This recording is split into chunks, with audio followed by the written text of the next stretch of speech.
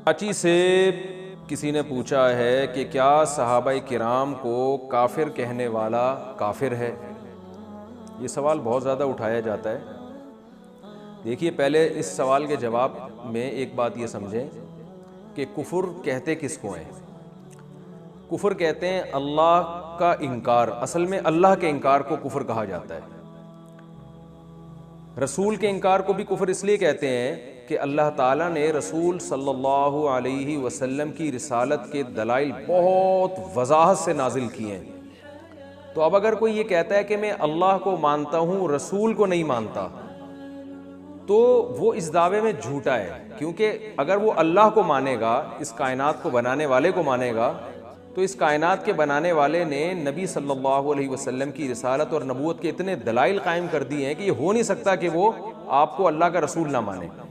تو ہم یہ کہیں گے کہ جو رسول کی رسالت کا انکار کر رہا ہے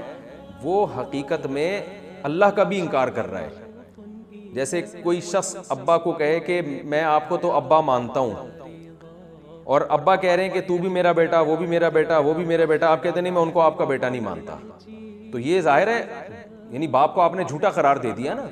تو جو یہ کہتے ہیں کہ رسول صلی اللہ علیہ وسلم اللہ کے رسول نہیں ہیں، تو گویا وہ اللہ کو معاذ اللہ جھوٹا قرار دے رہے ہیں۔ تو ایسا ماننا نہ ماننا برابر ہے۔ جیسے جو مشرک ہیں، جو اللہ کے ساتھ غیروں کو شریک کرتے ہیں، وہ مانتے تو وہ بھی اللہ کو ہیں، لیکن اللہ ان کے دعوے کو نہیں مانتا، اس لیے کہ جب وہ اللہ کو اگر مانتے ہیں تو حقیقی معنوں میں ماننا چاہیے، اللہ کو سچا بھی ماننا چاہیے، اور اللہ کے ساتھ کوئی شریک نہیں ہے۔ تو صرف نام کا ماننا کافی نہیں ہے، حقیقت میں ماننا ضروری ہے۔ تو یہاں بھی یہ بات یاد رکھیں کہ اگر کوئی شخص قرآن کی کسی آیت کو بھی جھٹلاتا ہے تو وہ ایک آیت کو جھٹلانا پورے قرآن کو جھٹلانا، اور پورے قرآن کو جھٹلانا نبی صلی اللہ علیہ وسلم کی رسالت کو جھٹلانا ہے، اور رسالت کو جھٹلانا اللہ کو جھٹلانا ہے۔ مثال کے طور پر کوئی کہتا ہے یہ قرآن کو میں نہیں مانتا،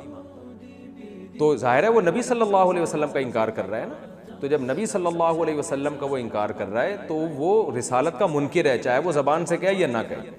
تو قرآن کو اگر کوئی انکار کر دے تو وہ رسول کا انکار ہے، رسول کا انکار اللہ کا انکار ہے۔ قرآن میں اللہ نے فرمایا وَلَمْ يُفَرِّقُوا بَيْنَ اللَّهِ وَرُسُلِهِ، جو ایمان لانے والے لوگ ہیں حقیقت میں یہ وہ ہیں جو اللہ رسول میں ایمان لانے میں فرق نہیں کرتے۔ وہ اللہ پہ بھی ایمان لاتے ہیں، سارے رسولوں پر بھی ایمان لاتے ہیں، کیونکہ جو اس ایمان میں فرق کرے گا تو اللہ کو اس کا ایمان قبول نہیں ہے پھر۔ تو جیسے قرآن کا انکار یہ رسول کا انکار، تو پورے قرآن کا انکار بھی رسول کا انکار، قرآن کی کسی ایک آیت کا انکار بھی پورے قرآن کے انکار کے مترادف ہے، کیونکہ اللہ تعالیٰ نے ہر آیت کو تواتر کے ساتھ محفوظ کیا ہے۔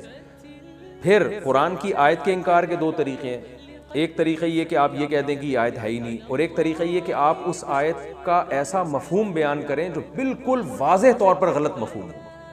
تو اس میں بھی بزبان حال حقیقت میں آپ اس آیت کا انکار ہی کر رہے ہوتے ہیں۔ تو یاد رکھیے صحابہ کرام کی فضیلت قرآن کی واضح نصوص سے ثابت ہے، بالکل ایسی نصوص ہیں جو بالکل بے غبار ہیں، جن میں خاص طور پر حضرت ابو بکر صدیق رضی اللہ تعالیٰ عنہ کے بارے میں قرآن میں آتا ہے اذ ہما فی الغار اذ یقول لصاحبہ لا تحزن ان اللہ معنا۔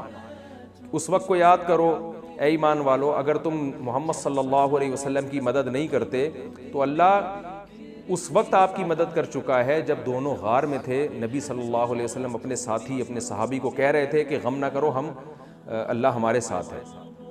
اور پوری امت کا اجماع ہے کہ اس سے مراد حضرت ابو بکر صدیق رضی اللہ تعالیٰ عنہ ہے۔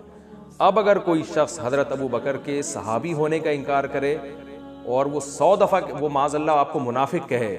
یا آپ کو کچھ اور الزامات لگائے، کیونکہ منافق صحابی نہیں ہو سکتے، صحابی اور منافق یہ ایک دوسرے کے بالکل اپوزٹ ہیں۔ منافق اسلام دشمن کو کہتے ہیں، صحابی اسلام دوست کو کہتے ہیں جنہوں نے نبی صلی اللہ علیہ وسلم کا ساتھ دیا۔ تو اب کوئی اگر کہے کہ حضرت ابو بکر صدیق رضی اللہ تعالیٰ عنہ معاذ اللہ نقل کفر نباشد، وہ معاذ اللہ منافق، مجھے تو یہ لفظ بولتے ہوئے زبان لڑکھڑاتی ہے، پتہ نہیں لوگوں کیسے اتنی جرت بدبخت لوگ کر لیتے ہیں۔ تو اس کا مطلب وہ اس آیت کا انکار کر رہا ہے۔ وہ 100 دفعہ کہے میں قرآن کو مانتا ہوں، میں قرآن کو آنکھوں سے لگاتا ہوں، تو بھائی آپ کے اس ڈرامے بازی کا اعتبار نہیں ہوگا، کیونکہ آپ نے حضرت ابو بکر صدیق رضی اللہ تعالیٰ عنہ کو معاذ اللہ جب ان کو آپ نے غلط قرار دیا یا نفاق کا آپ نے ان پہ فتویٰ لگایا تو آپ نے اس آیت کا واضح لفظوں میں انکار کر دیا۔ اسی طرح امی عائشہ رضی اللہ تعالیٰ عنہ کے بارے میں پورا قرآن مجید کا رکوع نازل ہوا، سورہ نور کا دوسرا رکوع پورا اس پہ نازل ہوا جس میں امی عائشہ کی پاک دامنی کو بیان کیا گیا۔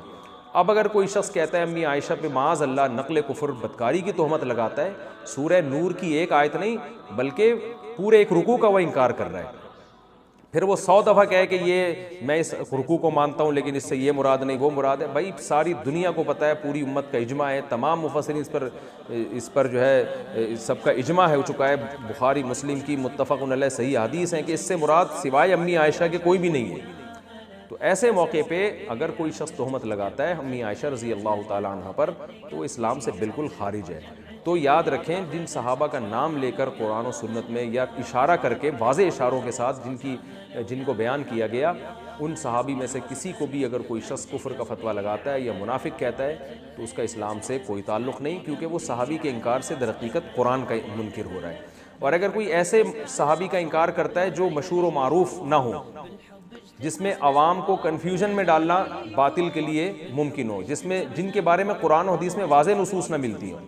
مثال کے طور پر جیسے علامہ ابن حجر رحمہ اللہ تعالیٰ بعض شخصیات کا نام ذکر کرتے ہیں کہ بھئی بعض لوگوں نے کہا کہ یہ صحابی تھے، بعض نے کہا یہ صحابی نہیں تھے، تو کیونکہ ان کے بارے میں علماء ہی کا اختلاف ہے، بعض ایسی شخصیات ہیں کہ ان کے بارے میں اختلاف ہے کہ انہوں نے نبی صلی اللہ علیہ وسلم کی زیارت کی یا نہیں کی، تو ایسے صحابی کے صحابی ہونے کا انکار کر دینے سے کفر بھی لازم نہیں آتا، گمراہی بھی لازم نہیں آتی، بشرطے کہ یہ انکار کسی دلیل کی بیس پر ہو، ہٹ دھرمی اور ضد کی بیس پہ نہ ہو، اس لیے نہ ہو کہ آپ کو ان سے ذاتی بغض ہے، ذاتی نفرت ہے۔ تو یہ خوب اصولی طور پر یاد رکھیں کہ امت کا صحابی کے بارے میں اجماعی عقیدہ یہی ہے کہ جس کو بھی صحابی مان لیا تو ان کا احترام کرنا بھی واجب، ان کے ساتھ محبت بھی واجب، کیونکہ قرآن مجید میں واضح نصوص ہیں اس بارے میں۔ اللہ نے فرمایا محمد رسول اللہ، محمد صلی اللہ علیہ وسلم اللہ کے رسول ہیں، والذین معہ، اور وہ لوگ جو آپ کے ساتھی ہیں، جو آپ کے ساتھ ہیں، اشداء علی الکفار رحماء بینہم، اللہ نے ان کی صفات بیان کی اور آپس میں رحم دل ہیں اور دشمنوں پر بہت سخت ہیں۔ تراہم رکعا سجدا یبتغون فضلا من اللہ ورضوانا، اے مخاطب جب تم ان کو دیکھو گے تو رکوع اور سجدے ہی میں دیکھو گے، یہ تو ان کی ظاہری حالت ہے، اور ان کی جو دل کی کنڈیشن ہے وہ اللہ بیان کرتا ہے۔ دیکھیں منافق بھی رکوع اور سجود کیا کرتے تھے، لیکن اللہ نے فرمایا یہ منافق نہیں ہے، یبتغون فضلا من اللہ ورضوانا، ان کے رکوع اور سجود سے مقصد صرف اور صرف اللہ کی رضا ہے۔ یہ سورہ فتح کی آخری رکوع کی میں ترجمہ کر رہا ہوں لفظ بلفظ۔ تو اتنی واضح طور پر اللہ نے صحابہ کے بارے میں بیان کر دیا کہ یہ منافق نہیں ہے، تو بلکہ یہ اللہ کی رضا کے لیے رکوع اور سجدہ کیا کرتے ہیں۔ تو آپ خود سوچیں کہ جو صحابہ کو منافق کہے گا اور کہے گا سوائے 5 6 اور 8 10 کے علاوہ باقی سارے معاذ اللہ منافق تھے، وہ تو قرآن کی آیت کا انکار کر رہا ہے، تو اس لیے اس کے کفر میں دو رائے نہیں ہو سکتی۔ اور ہاں کسی کا منافق ہونا واضح دلائل سے ثابت ہو جائے، جیسے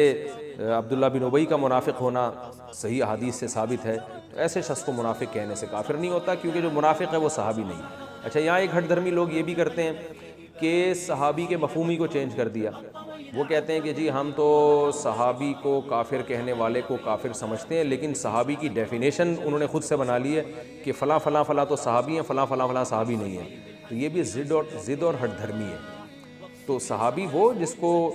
نبی صلی اللہ علیہ وسلم نے جن کے ساتھ صحابہ والا سلوک کیا، صحابی وہ جن پر امت کا اجماع ہے اہل سنت والجماعت کا کہ یہ صحابی ہیں۔ تو آپ نے اپنے مسلک کے لحاظ سے خود سے یہ کسوٹی اپنے ہاتھ میں لے کے لوگوں کو صحابی اور غیر صحابی قرار دینا شروع کر دیا، اس کا شرعی اعتبار نہیں ہے۔ اور صحابی کو جو لغوی ڈیفینیشن ہے، جس نے نبی صلی اللہ علیہ وسلم کی صحبت اٹھائی، یہ صحابی کا لفظ صحبت سے نکلا ہے، جس نے بھی نبی صلی اللہ علیہ وسلم کی صحبت اٹھائی، جب تک دو ٹوک دلائل کے ساتھ اس کا منافق ہونا ثابت نہیں ہوتا اس کو صحابی ہی کہا جائے گا۔ اور یاد رکھیں کسی بدعملی کی وجہ سے کسی کو صحابی کی فہرست سے نہیں نکالا جا سکتا، کیونکہ صحابہ کے بارے میں یہ عقیدہ ہے ہی نہیں کہ ان سے غلطی نہیں ہو سکتی، غلطی ہونے کے باوجود وہ صحابی ہیں، اور ان سے اچھا گمان رکھنا اور ان سے محبت کرنا یہ ہمارے ایمان کا جزو ہے۔ کسی غلطی کی بیس پر کسی کو اسلام سے خارج کر دینا، اس کے بارے میں جو ہے نبی صلی اللہ علیہ وسلم نے فرمایا جس نے کسی مسلمان کو کافر کہا تو یہ کفر کا جملہ دونوں میں سے ایک کی طرف جائے گا، وہ نہیں ہوگا تو آپ کافر ہو جائیں گے۔ تو اس لیے بڑا حساس مسئلہ ہے۔ ہماری رائے جو امت کی اجماعی رائے ہے وہ یہی ہے کہ کسی بھی صحابی کو کافر کہنے سے انسان خود کافر ہو جاتا ہے۔ اور بعض تو ایسے صحابہ ہیں جن نے اہل بیت نے ان کے صحابی ہونے کی گواہی دی ہے، آج بہت زیادہ طعن و تشنیع کی جاتی ہے حضرت معاویہ رضی اللہ تعالیٰ عنہ پر، ان کو صحابی کی فہرست سے نکالنے کی کوشش کی جاتی ہے۔ حضرت عبداللہ ابن عباس رضی اللہ تعالیٰ عنہ سے، یہ صحیح بخاری کی حدیث آپ کے سامنے پیش کر رہا ہوں، ان سے کسی نے فرمایا کہ حضرت معاویہ ایک رکعت وتر پڑھتے ہیں، تو ایک روایت میں آپ نے فرمایا دعہ فإنہ فقیہ، ان کو اپنے حال پہ چھوڑ دو، وہ فقیہ ہیں، اور ایک روایت میں فرمایا کہ انہ قد صحب النبی صلی اللہ علیہ وسلم، انہیں نبی کی صحبت اٹھائی ہے،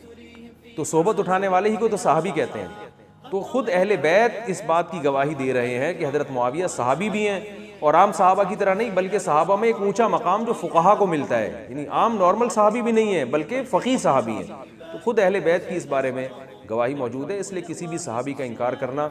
اور ان کو صحابی کی فہرست سے باہر نکال دینا یہ بڑا خطرناک مسئلہ ہے۔ اس بارے میں حضرت مفتی رفیع عثمانی صاحب کا بڑا اچھا بیان سامنے آیا تھا کہ اپنے مسلک کو چھوڑو نہیں، دوسرے کو چھیڑو نہیں، دوسرے اگر آپ کی بات نہیں مانتے تو چھوڑ دیں ان کو اپنے حال پہ، وہ قیامت میں جواب دیں گے۔ ملک میں تخریب کاری نہ کریں، لیکن اپنے عقیدے کو مضبوطی سے تھامیں کہ ہم کسی صحابی کا انکار نہیں کرتے، اور کسی بھی صحابی کو کوئی شخص جو ہے اگر معاذ اللہ نقل کفر کافر سمجھتا ہے تو ہم اس کو مسلمان نہیں سمجھتے۔ باقی کسی مسلک کا نام لے کے اس کو کافر قرار دینا کہ فلاں مسلک کافر ہے، یہ اس لیے مشکل کام ہے کہ آج کل ہر مسلک میں ہر طرح کے لوگ ہوتے ہیں، تو کوئی ایک عقیدہ سب پہ تھوپا نہیں جا سکتا، ہر طرح کے لوگ معتدل بھی ہوتے ہیں، متشدد بھی ہوتے ہیں، تو اصولی بات کی جائے گی کہ صحابہ کو کافر کہنے والا ہم اس کو قطعاً مسلمان نہیں سمجھتے۔ باقی کون کہتا ہے کون نہیں کہتا یہ ان کا ہیڈ ایک ہے، یہ ہمارا ہیڈ ایک نہیں ہے۔ ہم ملک میں تخریب کاری اور نفرت آمیز تقریروں کو ہم اچھا نہیں سمجھتے۔ اللہ تعالی ہم سب کو سمجھنے کی، عمل کرنے کی توفیق عطا فرمائے۔